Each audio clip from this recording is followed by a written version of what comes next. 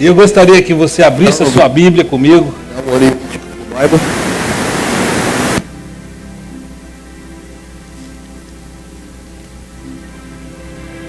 Abra a Bíblia comigo.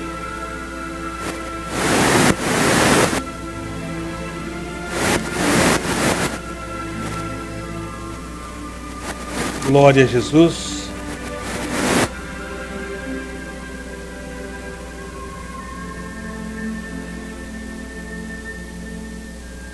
Capítulo 16.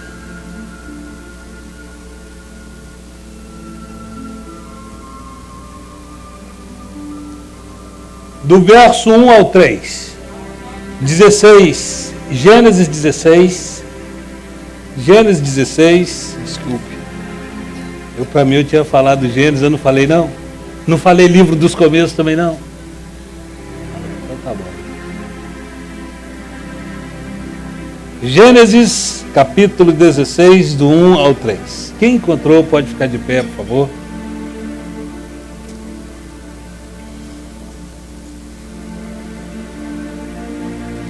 Essa mensagem tem por título: Quando bate o desespero. Amém?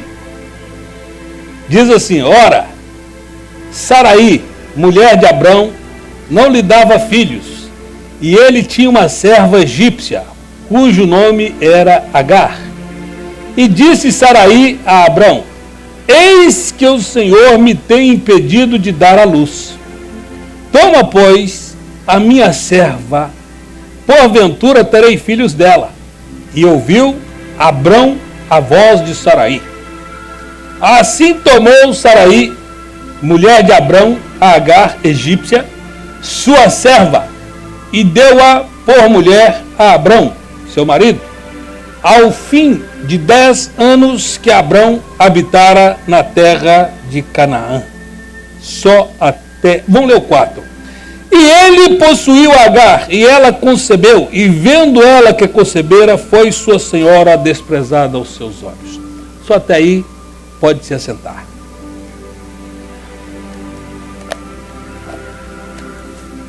A Bíblia tem algumas narrativas extremamente chocantes. Existem algumas coisas na palavra de Deus que Deus não faz questão de esconder. E eu vejo que essa história de Abrão, posteriormente a Abraão, é uma das histórias singulares, uma história extremamente marcante pelas suas características. No capítulo 12, Deus se agrada de um homem que tinha tudo para não ser agradável. Porque Abrão, ele era um filho de um homem pagão, Labão, que adorava deuses estranhos. Eles não conheciam a Deus. No meu entendimento, é possível que Abrão, ele tinha no seu coração uma outra percepção de Deus, que não a percepção dos seus pais. E é por isso que nós estamos aqui. É possível que seu pai, a sua mãe, não conheçam a Deus como você conhece. Porque uma coisa é carne e outra coisa é espírito. Nós podemos ser colocados numa família. No entanto, uma família, ela nunca vai ser a primariedade na sua vida. Ela nunca será o fator primeiro. Porque tem pessoas que dizem assim: eu não posso me converter porque minha mãe e o meu pai são dessa religião. Mas antes que o seu pai e sua mãe existissem, Deus era. E antes que você existisse, Deus era. E foi Deus que determinou que você fosse colocado numa família tal. Você nascesse filha de Jacobina com jesuíno e você então se tornasse quem você é. Então, antes de pai e mãe, existe Deus que é criador de todas as coisas. Interessante isso, porque muitas vezes a pessoa, não posso porque minha família e tal, e etc. Mas vem cá em Deus, confia. E esse moço, Abrão, eu penso que Deus se agrada de Abrão, porque ele não era um idólatra como seu pai. E Deus fala: esse moço, ele tem uma percepção diferente, o coração dele está inquieto. O irmão falou aqui ainda há pouco que existia uma inquietação, um vazio no coração. E no coração de todo homem tem um vazio que o homem tenta preencher. Alguns tentam preencher os jovens, por exemplo, com música, com rock and roll, outros tentam preencher com game, outros tentam preencher com algum tipo de vício, outros tentam preencher com sexo, enfim. Há uma necessidade na vida do homem que ele tenta de alguma forma satisfazer. E a gente vai procurando as alternativas, as opções para trazer para a nossa vida, para a gente satisfazer aquela necessidade que nós temos. E esse moço, possivelmente, ele tivesse essa busca no seu coração. E Deus se apresenta para Abrão no capítulo 12 do livro de Gênesis, e Deus faz um chamado para Abrão. Deus, eu penso que o desejo do coração de Abrão fez com que ele entendesse que era Deus, porque no verso 1 do capítulo 12 diz assim: ora, o Senhor disse a Abrão, sai da tua terra, da tua parentela e da casa do teu pai para a terra que eu te mostrarei. Eu penso que nessa altura do campeonato, Abrão já era aquele sujeito que saía ao cuidar do gado e ele, alguma voz falava no seu coração, falava no seu ouvido. Ele já estava acostumado, ele passou a ter intimidade para poder, porque você não vai obedecendo uma ordem sem saber de onde ela vem e qual é a origem dela. E Abrão, ele recebeu. Sai do meio da tua parentela. Deus manda falar com você. Se tem alguém aqui que está agarrado com a parentela, e parentela, deixa eu trazer isso claro aqui para você. Parentela pode ser mãe, parentela pode ser pai, parentela pode ser... Mas se for Deus que está chamando, se não for, não larga não. Tem que ter certeza que é Deus. E eles têm que ser contrário a Deus. Então parentela pode ser esposa, pode ser marido. E aí eu quero abrir um parêntese. Não é no sentido marido e esposa, no sentido físico, mas no sentido espiritual. E de repente você, que é um com seu marido, espiritualmente, está ligado pela carne, mas antes de estar ligado com o marido ou com a esposa, está ligado com Deus. E Deus então chama esse moço e fala: vou te mostrar uma terra. E faz para ele uma promessa: vou fazer de você uma grande nação. Você que está aí resumido a esse clãzinho insignificante aí nessa sua terra, vou tirar você daí, eu vou fazer de você uma grande nação. Foi algo grandioso. Algo grandioso. Deus chamou ele e falou: eu vou te abençoar, eu vou engrandecer o seu nome e você vai ser uma bênção. Então foi algo tremendo que Deus falou para esse moço. Fez a ele essa promessa. E engraçado que ele junta a sua matula, ele junta a sua trouxa, e ele passa a mão no seu sobrinho, que era filho do seu irmão, e pé na estrada. Muitas vezes nós temos que tomar decisões que vão tirar o nosso conforto.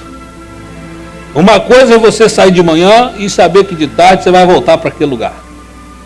E ali naquele lugar você vai ter uma comida quentinha, vai ter um endereço, você vai ter ali a segurança da família. E a outra coisa é você abrir mão desses confortos. Você nunca troca 6 por 5. Você nunca deve trocar 6 por meia dúzia. Mas você sempre deverá estar atento pela opção de trocar 6 por 7. E quando Deus fez a promessa, esse moço, ele levava Deus em consideração. Porque ele tinha o pai dele. E o pai dele significava o topo, a responsabilidade, o cuidado. O pai dele era o sujeito que cuidava do clã, ainda que fosse um idólatra. Mas ele teve Deus acima da conta do pai dele. E ele falou: eu vou ouvir esse Deus. E saiu. E passou a mão no sobrinho que ele amava tanto. Era como se fosse o filho. Já era casado, não tinha filho. E ele leva o sobrinho. Mas no capítulo 13 a gente vê que até o sobrinho entra em desacordo com ele. Muitas vezes as pessoas que nós temos assim como sendo inseparáveis, como aquele que a gente nunca vai abrir mão, às vezes é possível, vai ser necessário abrir mão. E nós vemos que há um acontecimento em determinada altura que faz com que Abrão se separe de Ló. E Ló vai seguir o seu caminho. E Abrão segue o seu. E ali ele continua. O Gênesis 14 mostra mais uma vez que Deus erra com Abrão. Por quê? Porque acontece que o sobrinho Ló, que havia se separado, ele foi atacado e no capítulo 14, então Deus faz com que Abrão vai lá cuidar do seu sobrinho, salvá-lo daquele ataque que ele havia sido alvo por alguns reis que deram contra ele e contra a casa dele. Então, quando você tem um chamado de Deus, Deus coloca algumas dificuldades para você ir resolver.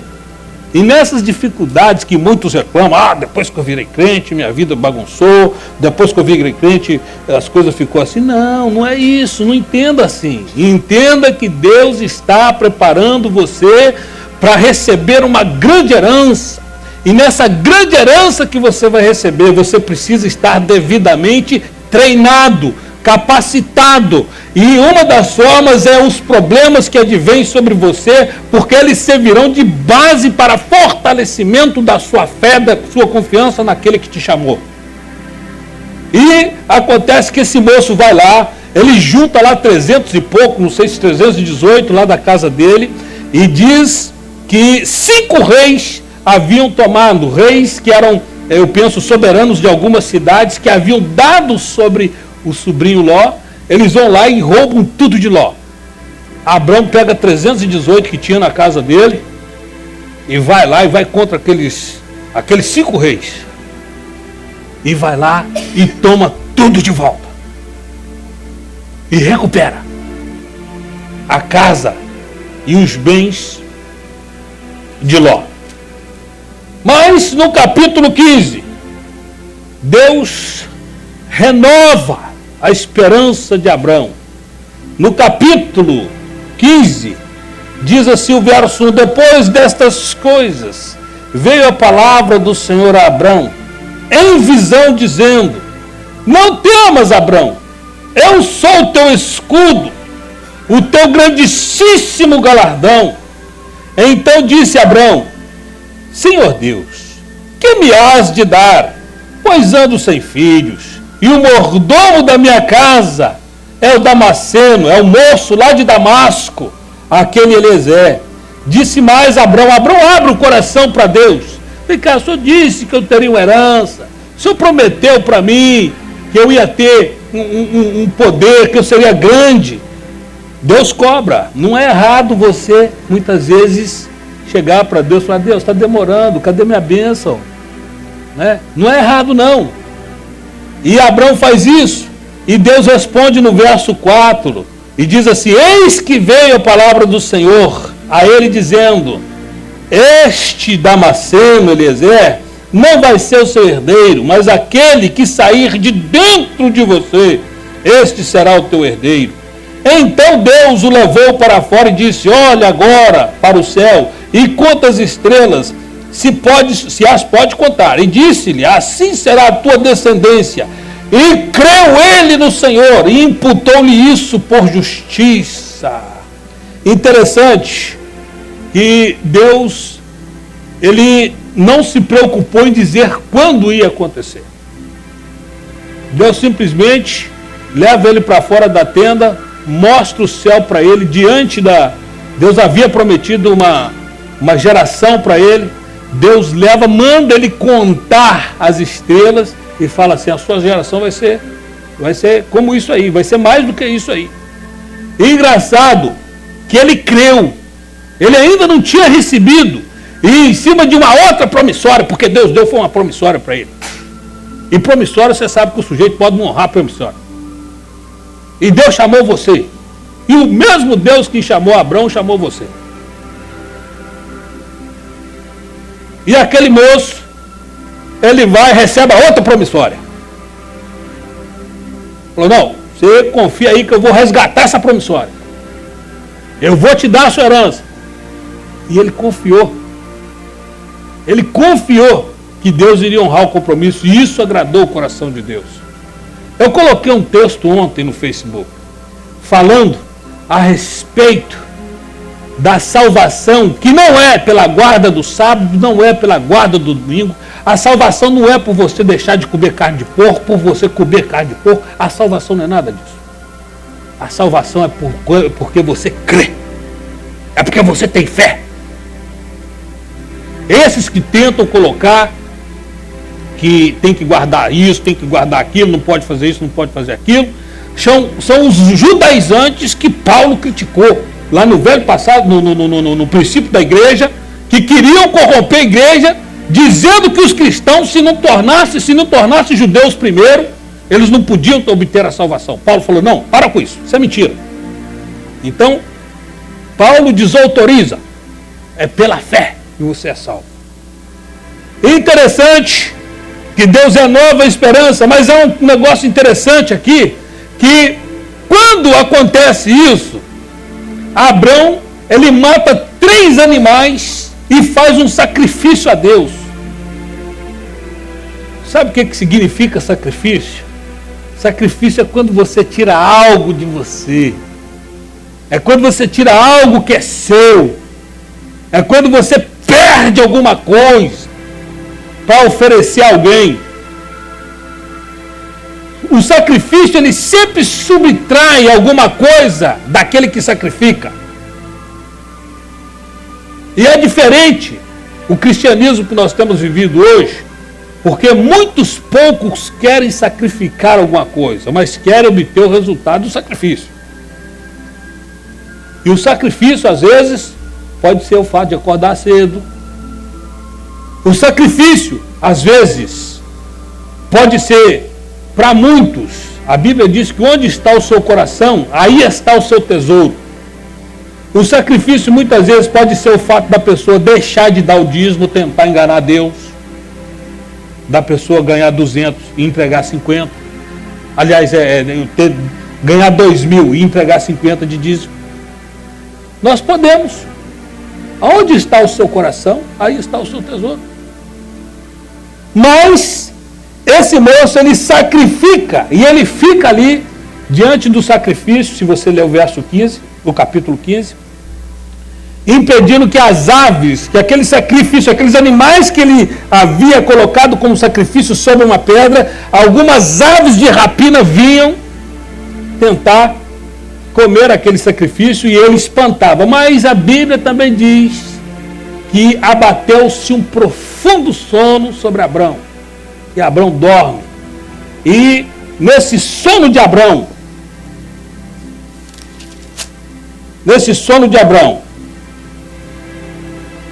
veja só o que acontece.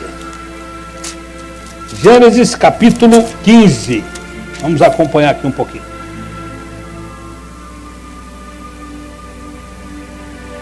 Verso 12. Pondo-se o sol, um profundo sono caiu sobre Abrão, e eis que com grande espanto, grande escuridão caiu sobre ele. Caiu as trevas, se abateu sobre ele.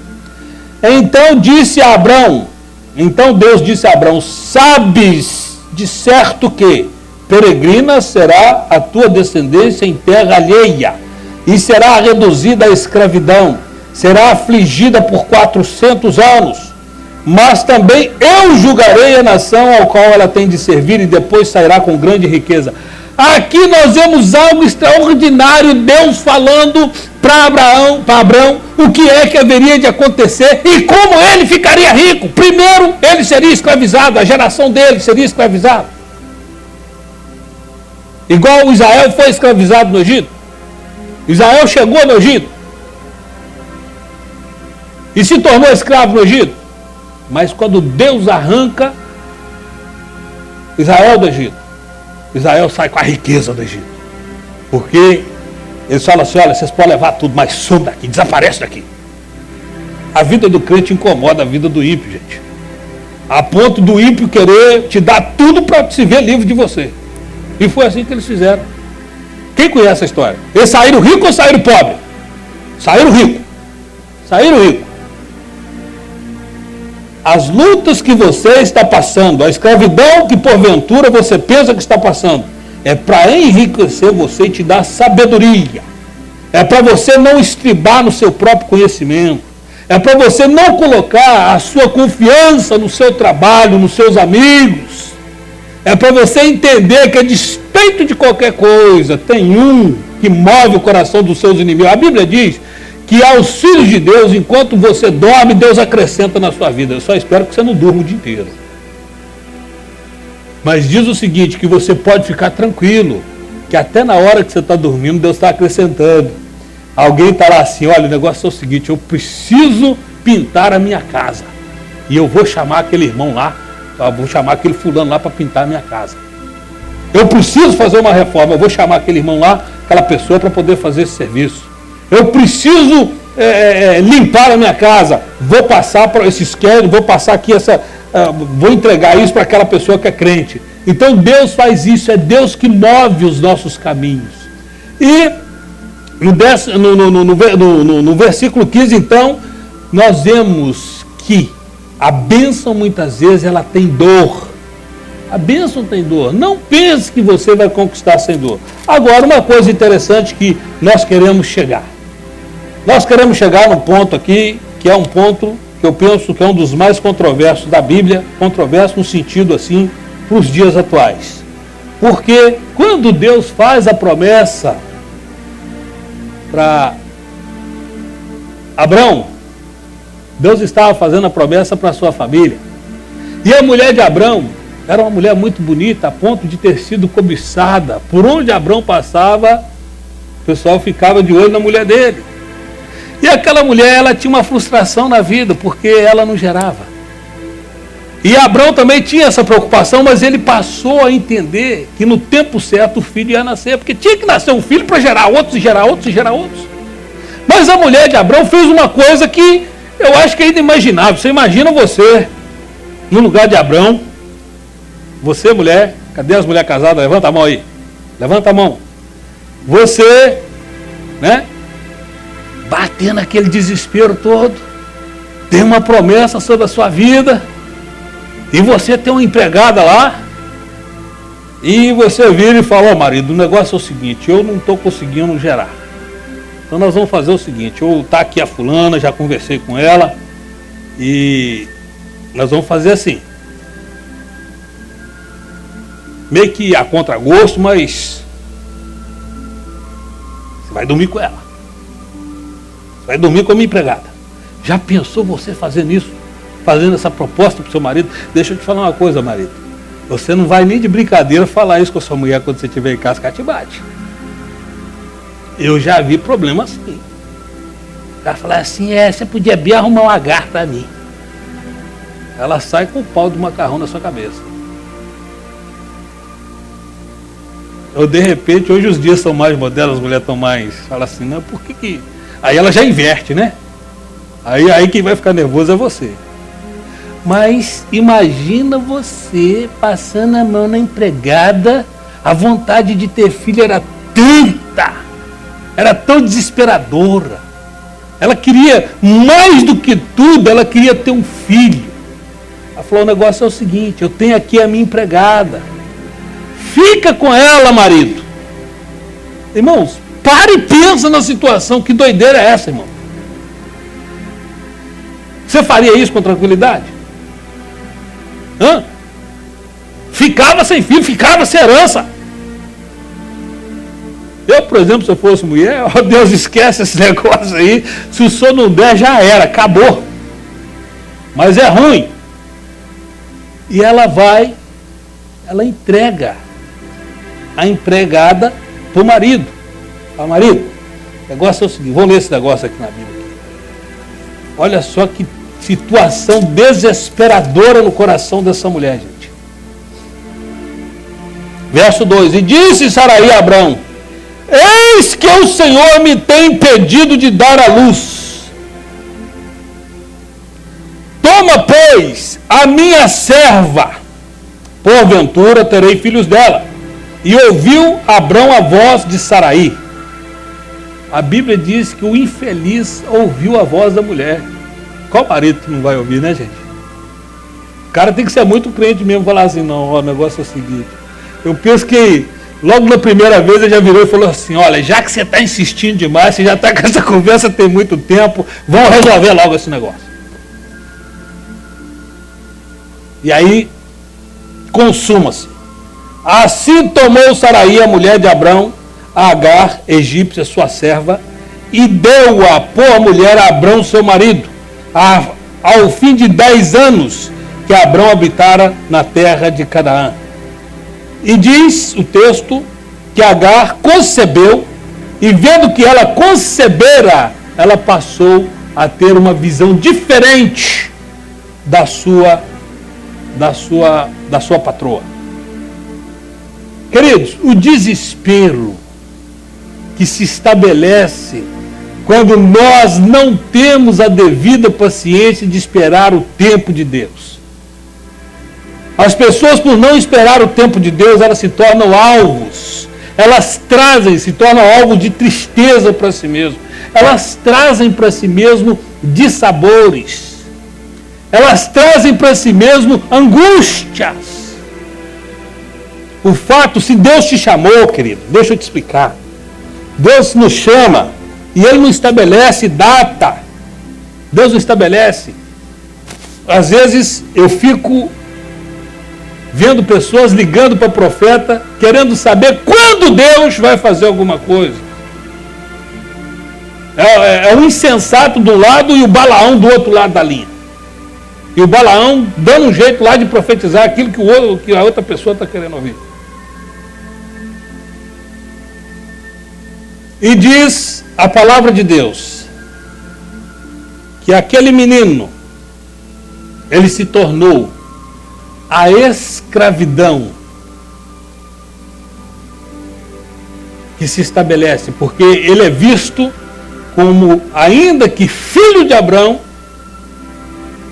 a quem Deus fizer a promessa, ele representa um outro tipo de crente que está escravizado ainda com o mundo.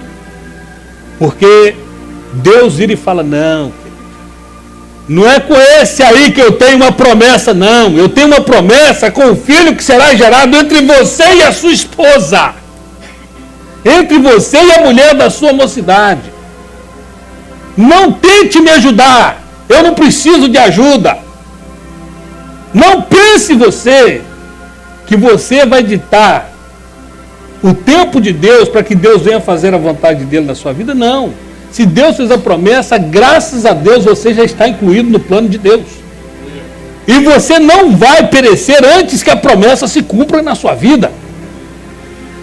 Isso é algo que nós precisamos ter patente e latente e ardente no nosso coração. Porque quando nós tentamos, como Saraí, fazer ou tentar auxiliar a Deus, nós trazemos dores sobre a nossa vida.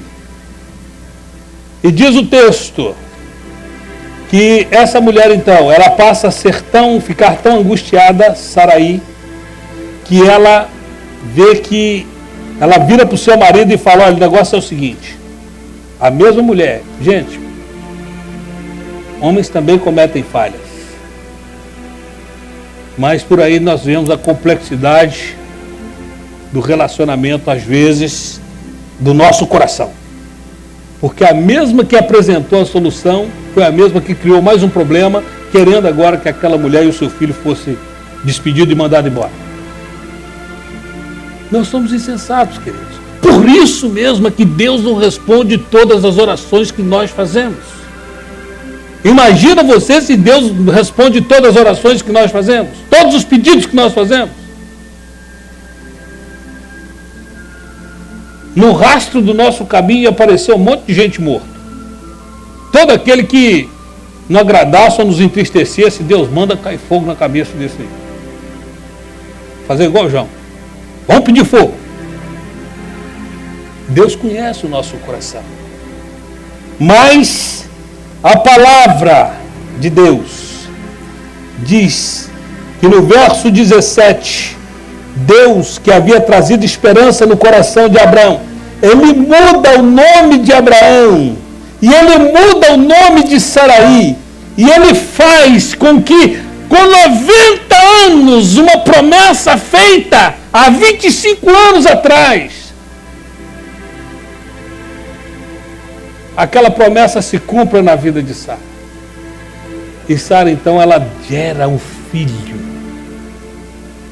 O homem com 100 anos e a mulher com 90.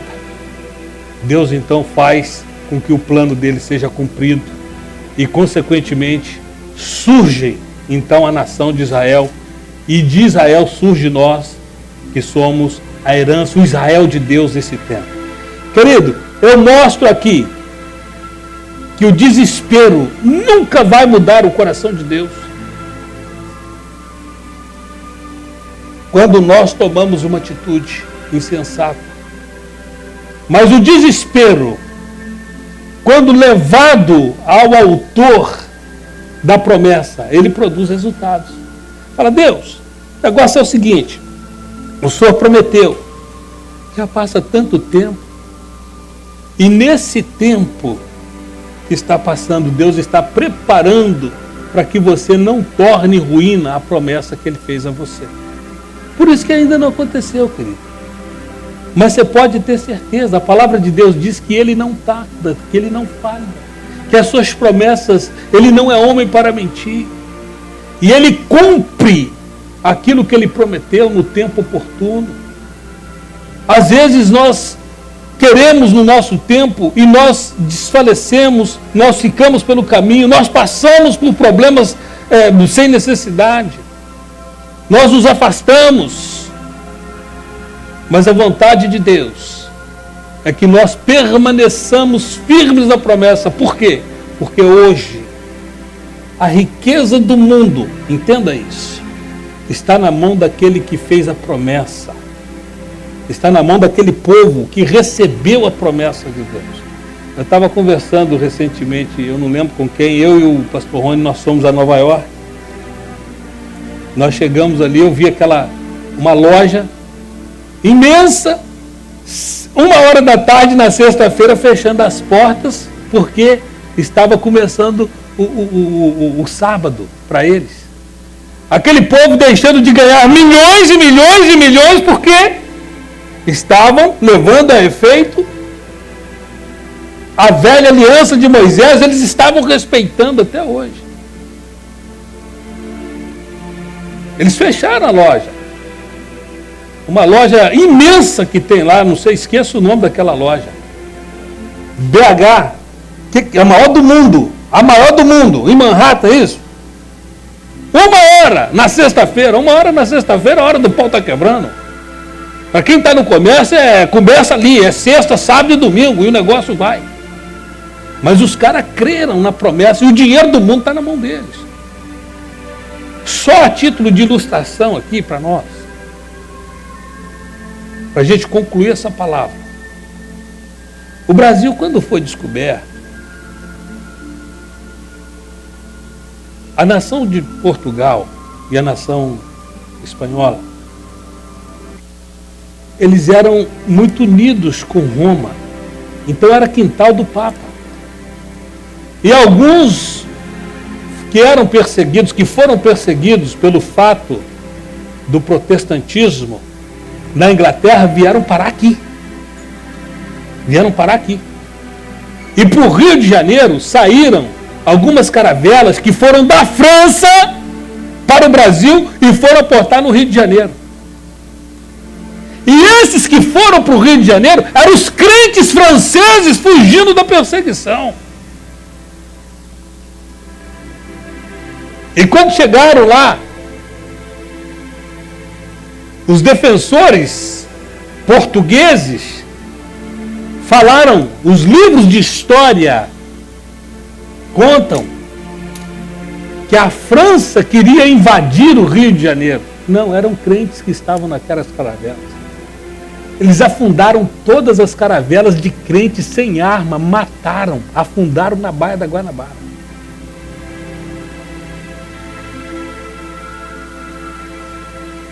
Essa nação acolheu. acolheu o judeu, acolheu o protestante. Essa nação é cabeça na terra. É ou não é? É ou não é? E o Brasil?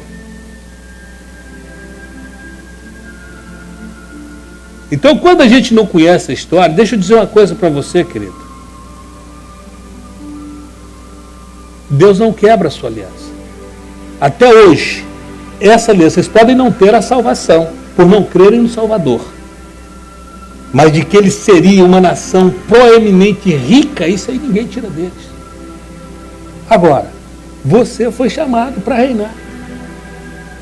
E pode ser que o momento que você esteja passando seja um momento de aprendizado, seja um momento de adestramento. O que é adestramento? É quando você prepara o soldado para a guerra. É uma guerra simulada. O adestramento é um treinamento intensivo, tentando fazer com que você, além de suportar o inimigo, surpreenda o inimigo. As lutas que você está passando agora, quando você depende de Deus na sua luta, você está simplesmente usando armas sobrenaturais contra o inimigo sobrenatural da sua vida. Agora, é necessário estar comprometido. O que é o compromisso? Você volta para casa todas as noites. Você tem uma família. E você precisa voltar para casa todos os finais de semana ou todos os dias de culto. A casa onde você é adestrado. A casa onde você é ensinado. A casa onde você aprende estratégias. A casa onde Deus fala com você: meu filho, não ande nesse caminho. Meu filho, você vai agir assim, não do jeito que você está pensando. Ló escolheu as Campinas do Jordão? Deixa ele escolher. O que sobrar para você, se eu estiver com você, lá é o melhor lugar. É isso. É isso. Reinaldo, os seus filhos, eles não serão tomados pelo mundo, pelas drogas. Nossos filhos são herança do Senhor. Quando a nossa vitória, querido, a nossa vitória, preste atenção no que eu vou lhe dizer. A nossa vitória é quando nós estamos hoje na presença de Deus. Mas quando nós nos tornamos mais do que vitoriosos, mais do que vencedores, é quando nós fazemos com que a nossa geração, gerada nessa geração, ela passe para outra geração. Porque muitos acabam numa geração. Quando o patriarca morre, os filhos vão se debandam, vão cada um para o seu caminho. Mas quando nós implantamos no coração dos nossos filhos uma palavra consistente, eles vão levar aquilo e vão passar para os seus filhos, para os seus netos, para os seus bisnetos. Eles vão fazer com que a terra seja revolvida e todo ano tenha uma colheita nova, porque eles são a geração que vão implantar no coração do seu tempo a palavra de vida que nós implantamos agora. Eu não posso morrer e acabar comigo a esperança. Eu tenho que morrer e deixar a semente no coração do Guilherme. O Guilherme tem que casar e tem que passar no coração dos filhos aquilo que eu plantei. Fazer igual os filhos de Recabe. Quem conhece a história dos recabitas aqui? Bem rapidinho. Quem conhece? Juliano, o Doutor. Deus. Bem rapidinho. Ele chama Jeremias. Fala, Jeremias, a nação de Israel não me ouve. A nação de Israel não me entende, não me atende. Eu falo para eles fazerem isso, eles não fazem. Faz um favor para mim, Jeremias. Procura os cabeças da casa dos recabitas e traz eles aqui. E quando ele chegar aqui, você serve uma taça de vinho e coloca sobre a mesa. E você ofereça, acha esse texto aí para mim, por favor. E você ofereça aos recabitas, ou a Recabe, ofereça vinho a eles. Assim Jeremias faz. Chama os cabeças dos recabitas e oferece vinho para eles. E quando é oferecido vinho para eles, e Jeremias era um homem de Deus, e eles sabiam que Jeremias era um homem de Deus, eles falam assim: nós não podemos beber. Ah, mas como não?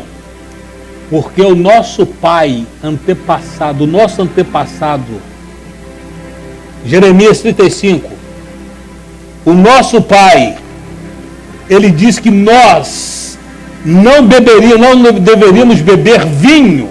35, é isso? 35, 5. Olha só aqui, então, marque isso aí na sua Bíblia, irmão, para você aprender o que agrada o coração de Deus. A palavra do Senhor veio a Jeremias nos dias de Joaquim, filho de Josias, rei de Judá, dizendo: vai à casa dos recabitas e fala com eles, e leva-os à casa do Senhor, a uma das câmaras, e dá-lhes vinho a beber.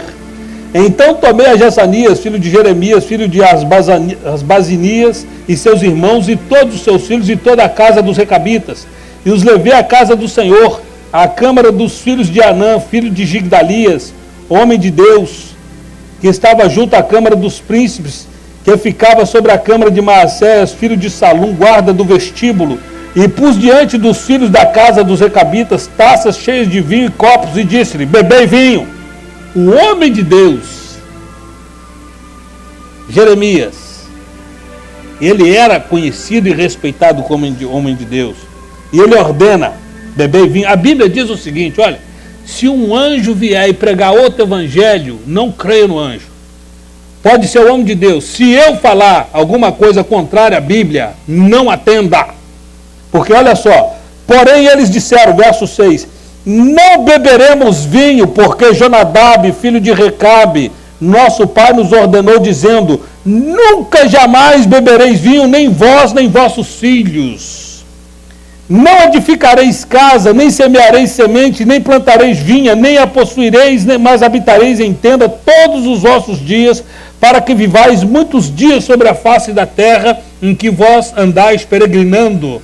Eu vejo esses homens aqui, eles sabiam que eles eram peregrinos. E quando você estabelece casa, quando você constrói, quando você faz isso e faz aquilo, quando você se torna dono, você se torna preso.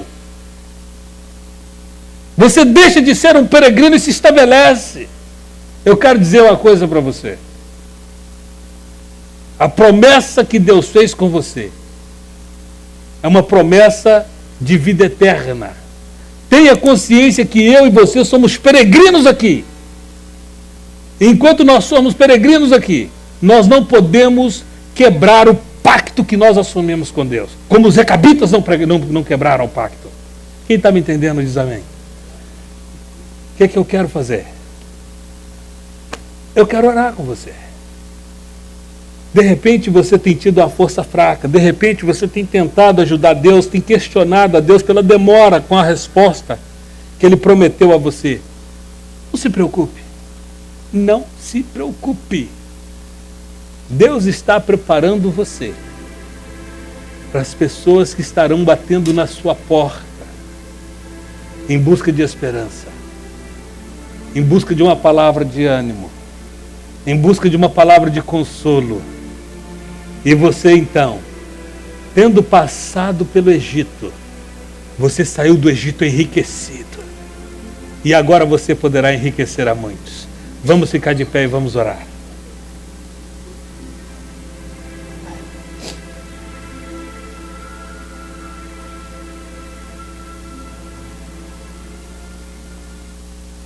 Eu não sei se nós temos aqui nessa manhã pessoas que gostariam de reconciliar com Deus, pessoas que gostariam de entrar na terra, de receber a herança, pessoas que em algum momento perderam o foco. Será que nós temos aqui nessa manhã pessoas que gostariam de voltar ao convívio do Senhor, voltar ao relacionamento com Deus, saber que tem alguém que ora por você e você também gostaria de fazer parte? Tem alguém? Levanta a mão. Tem alguém que gostaria de aceitar Jesus? Glória a Deus, nós temos uma pessoa. Nós temos uma pessoa que nessa manhã volta à casa do Pai. Aleluia. Tem mais alguém que gostaria de firmar os seus passos? Fala, olha, eu faço parte, eu congrego, eu tenho alguém que cuida de mim, eu tenho alguém que ora por mim, eu tenho alguém que no meu desespero me anima. Tem alguém? Eu gostaria que você saísse do seu lugar. Eu quero orar por você, eu quero ungir você, eu quero colocar você diante do Todo-Poderoso. Em nome de Jesus, nós temos alguém? Nós temos alguém, feche os olhos, é um momento de guerra, nós temos alguém que quer aceitar a Jesus agora. Alguém que quer ser restaurado à comunhão. Vem aqui você, em nome de Jesus. Aleluia. Deixa eu te falar uma coisa, não importa quão distante você andou,